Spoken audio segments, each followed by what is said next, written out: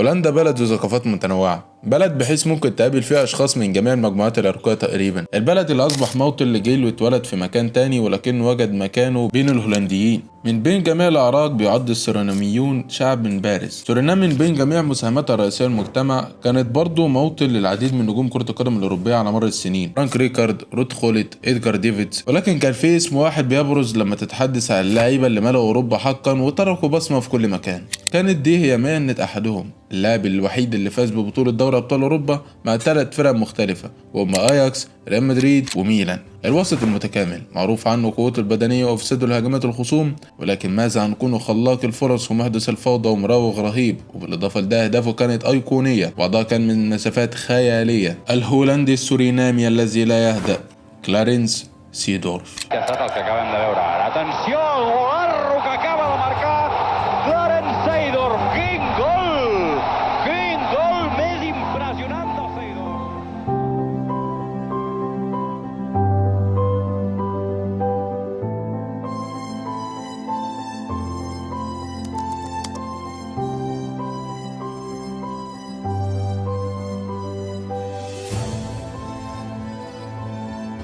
ولدت عائلة سيدورف في عاصمة سورينام براماريبو، وكانت عائلة كروية. كان الأب يوهان سيدورف لاعب سابق، وكانت كلارنس وإخوته يورجن وشيدريك على نفس الطريق. بعد انتقاله لهولندا في سن مبكرة تم اكتشاف سيدورف باعتباره موهبة شابة من قبل وكالة المواهب التابعة ليوهان كرويف، وسرعان ما تم التعاقد معاه من النادي اللي اكتشف برضه زملائه المستقبليين زي الأخوة دي بوير وإدغار ديفيدز وباتريك كلويفر. في الوقت ده كان لويس فان خال بيدرب أياكس، واللي أصبح فيما بعد أحد أكتر مدربي أياكس نجاحا على الإطلاق بفضل فلسفته في التعامل مع الشباب والتركيز على النظام بدل من الأسلوب. وقد أفادت فلسفته كتير من لعيبة الشباب في أياكس، وكان واحد منهم سيدورف وهو عنده 16 سنة. شارك سيدورف في التشكيلة الأساسية وأتيحت ليه أخيرا فرصة اللعب مع أحد أيقوناته فرانك ريكارد. كان فريق أياكس بقيادة فان خال يأسر خيال أوروبا كلها، لأنه جمع مبادئ كرويف في كرة القدم الشاملة جنبا إلى جنب مع الفروق الهيكلية لكرة القدم الحديثة. ما كانش غريب إن الفريق اللي مخسرش طوال موسم 94 بأكمله، وده كان موسم تتويج أياكس بثلاثية السوبر والدوري الهولندي، بالإضافة طبعا لتتويجهم ببطولة دوري أبطال أوروبا. وكان تحقيق ده بيبلغ بفريق متوسط أعماره 23 سنة، أمر كان أكثر إثارة للدهشة. مع استكمال تجربة ريكارد وداني بلند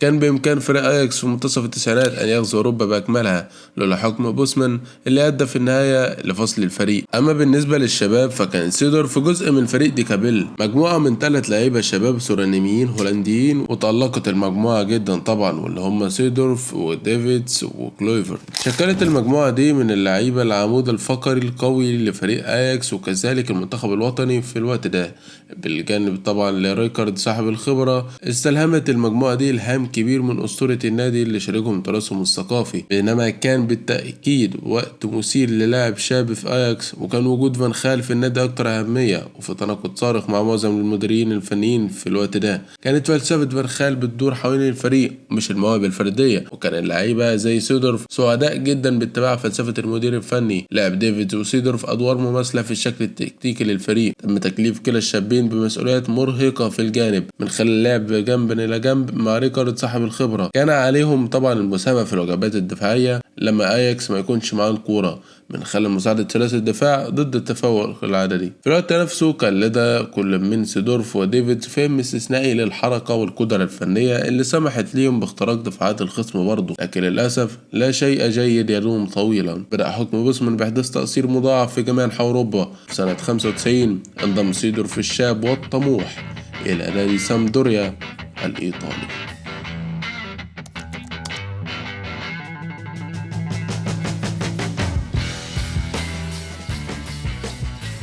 في سامدوريا قام ستيفن إريكسن بإحضار سيدورف لفريق بيضم نجوم زي كريستيان كاريمبو وإنريكو كيزا ومدير منتخب إيطاليا ومانشستر سيتي المستقبلي روبرتو مانشيني. خلال الفترة اللي قضاها لمدة سنة في شمال غرب إيطاليا كان سيدورف مثير للإعجاب بشكل كبير في أدائه.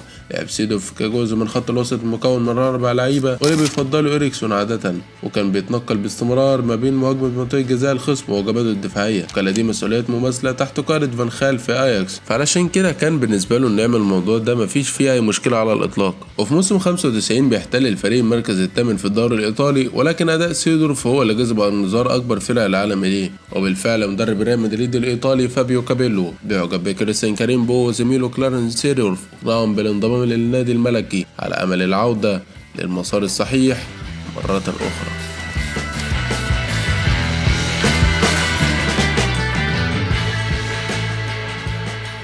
كان سيدورف لسه في أوائل العشرينات من عمره، واستمتع بفترة رائعة جدا في مدريد، فترة 3 سنين قضاها في النادي ولعب بعض من أفضل مبارياته. ساعد سيدورف البلانكوس على استعادة لقب الدوري في موسمه الأول بمساهمته في 13 هدف ما بين التسجيل والصناعة. واحدة من أكثر اللحظات التي لا تنسى في فترة سيدورف في مدريد هي الجون اللي جه من مسافة بعيدة جدا من خط المنتصف ضد أتلتيكو مدريد في سنة 97.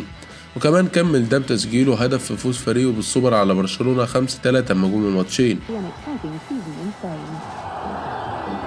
والموسم اللي بعده بيساهم في تحقيق اللقب الغايب عن خزينة الملكي من سنة 65 بعد الفوز على يوفنتوس 1-0 في النهائي، وساهم بتتويج الملكي بمساهمته ب3 أهداف في خلال بطولة دوري الأبطال. وفي موسم 98-99 ما كانش أحسن حاجة، لأن الفريق كان خسر السوبر الأوروبي من تشيلسي في النهائي وخسرت البطولات المحلية، ولكن قدر الملكي إنه يطلع ببطولة الإنتر كونتيننتال ساعتها. وموسم 99-2000 وهو الأخير ليه مع الملكي لعب بس 10 ماتشات في الليجا ولعب دور المجموعات في الأبطال، واللي أكيد اتحسب له إنه بطولة في تاريخه الذهبي بعدين. كان الوقت اللي قضاه سيدورف في مدريد أكثر إثارة للإعجاب، لأن كابيلو فهم أفضل دور ليه على أرض الملعب هو اللعب خلف المهاجمين مباشرة أو قيادة ثلاثي خط الوسط. في الدور ده كان سيدورف قادر على المساهمة في بناء اللعب من خلال فهمه الرائع للعبة بالإضافة لتسجيل بعض الأهداف الرائعة. كان الهولندي قادر على اللعب في كل مركز تقريبا من ساعة أيامه في أياكس طبعا، وده بسبب تربيته على طريقة أياكس لكرة القدم. فعلا كان تجسيد لاعب كرة القدم الشامل اللي كان ذكي من الناحية التكتيكية وماهر بما يكفي لتقديم أداء جيد في جميع أنحاء الملعب.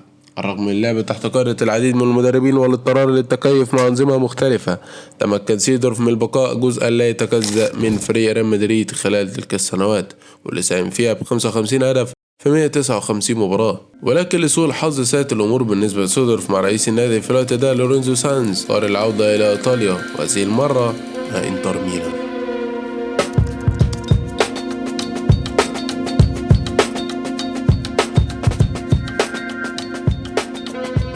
أحد الأسباب الرئيسية لانتقال سيدورف للإنتر هو اتصال جيوفاني تراباتوني بنفسه. عرض الأسطورة الإدارية الإيطالية على سيدورف فرصة اللعب خلف مهاجمين الإنتر في الوقت ده رونالدو الظاهرة وكريستيان فيري، ودي فرصة ما يقدرش أي صانع لعب يفوتها، وعشان كده غادر سيدورف الإنتر. ولكن تم إقالة ليبي في موسم واحد، أصبحت مكانة سيدورف في الفريق مهمشة إلى حد ما. مع ذلك ظل سيدورف محترف خلال فترة السنتين اللي قضاها مع النيراتزوري، وقدر إنه يساهم في 32 هدف في 93 مباراة. وهنا أنا بتكلم عن أرقام تعتبر خيالية بالنسبة لوقتها. في النهاية قرر مغادرة إنتر وتم مبادلته بفرانشيسكو كوكو لاعب ميلان في صفقة مبادلة مثيرة للجدل. ميلان وجد سيدورف أخيرا النادي المناسب والمدير المناسب اللي بيؤمن بصفاته، وكان نادي ميلان بقيادة كارلو أنشيلوتي بمثابة فريق الأحلام بالنسبة للاعب، وكان سيدورف واحد من الجوهر العديدة اللي بيمتلكها الفريق. في سنة 2002 أصبح ميلان مرة تانية بطل أوروبا بعد رفع دوري أبطال أوروبا ضد يوفنتوس بعد ركلات الترجيح. قبل ليونيل ميسي وكريستيانو رونالدو كان سيدورف هو سيد دوري أبطال أوروبا، وفي تلك الليلة في أولد ترافورد أكمل الإنجاز التاريخي بالفوز بالكأس الأهم مع 3 أندية مختلفة في 3 دول مختلفة. إنجاز تاريخي ما تكررش لحد النهاردة مع أخذ كل الأمور في الاعتبار. والأمر الأكثر جدارة بالملاحظة وإن سيدورف كان جزء مهم جدا من كل فريق فاز باللقب خلال السنين دي. كلما كان على أرض الملعب كان حضور سيدورف طاغي كقائد ومحفز ومهاجم ولاعب كرة قدم لامع بكل تأكيد. العجب إن مارسيلو ليبي حاول ذات مرة مبادلته بالفرنسي الشاب زين الدين زيدان في يوفنتوس، والنظر لمدى التقييم العالي اللي كان بيتمتع به زيدان في الوقت ده، فإن ده بيعد مثابة شهادة على الثقة اللي تم وضعها في قدرات سيدورف باعتباره مايسترو خط الوسط ومثال كبير لكرة القدم الشاملة. لكن على الساحة الدولية ما عكستش الأمور النجاح مع ناديه. ضمنت الاضطرابات المستمرة داخل المعسكر الوطني بقاء هولندا فريق مخيب للآمال على الرغم من امتلاكها بعض أفضل المواهب في العالم في الوقت ده. سيدورف نفسه شارك بس في 87 مباراة بين سنة 1994 و 2008. وفي منتصف العقد الأول من القرن الحادي والعشرين كان رباعي خط وسط ميلان مكون من أندريا بيرلو وجنارو وجاتوزو وسيدورف وكاكا،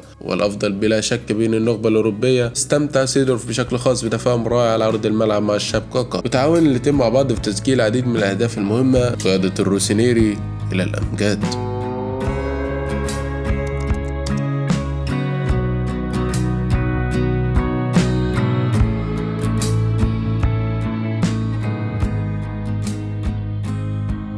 جاء انتصار سيدورف في المحل الأخير مع ميلان في موسم 2010-2011 لما فاز بلقب الدوري مرة تانية. مسيرة كانت حافلة بالبطولات، كسب سيدورف مع ميلان دوري الأبطال مرتين والسوبر الأوروبي مرتين وكأس إيطاليا مرة والسوبر الإيطالي مرة وطبعا الدوري الإيطالي مرتين، وساهم مع روسونيرو 140 هدف 432 مباراة. لمرور سنة كان سيدورف المسن متعطش لتحدي جديد مرة تانية، بدأ الانتقال لكرة القدم البرازيلية مع بوتافوجو. ربما كانت دي الخطوة هي تجربة جديدة في مسيرته لأنها كانت المرة الأولى اللي بيتنافس فيها في منافسته المفضلة دوري أبطال أوروبا اللي كسبها 5 مرات. طبعا على مدار مسيرته المهنية اتاحت لسيدورف أيضا فرصة اختبار كرة القدم الإنجليزية كذا مرة قبل كده، وقال في حديث الموقع 90minute.com: كنت قريب من اللعب في الدوري الإنجليزي الممتاز، لقد وقعت 3 مرات تقريبا، مرة لمانشستر يونايتد، مرة لأرسنال، مرة لتشيلسي، لقد كانوا جميعا متقاربين لكن قمت باختيارات مختلفة. ذهبت لريال مدريد بدلا من إنجلترا، وذهبت لإنتر ميلان بدلا من إنجلترا أيضا، ثم بقيت في ميلان بدلا من الذهاب للدوري الإنجليزي مرة تانية. لكن لا يمكنك الحصول على كل شيء. مسيرتي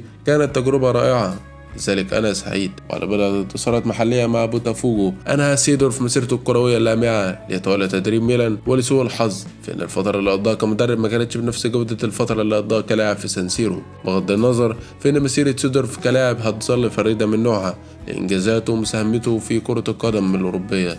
لاعب ربما ما كانش بيتصدر العناوين دايما، ولكن كان شخصية رئيسية وعبقرية في كرة القدم، ومسيرته حكاية لا مثيل لها. لو وصلت لحد هنا وتقدر ترشح من اليوتيوب لو ممكن عجبك ودي قائمة جول سكوب، فشكرا ليك جدا على وصولك لحد هنا. فتنساش لو الفيديو عجبك تعمل لايك وسبسكرايب للقناة وتفعل جرس التنبيهات عشان دايما يوصلك كل جديد. معكم احمد ثابت والسلام عليكم.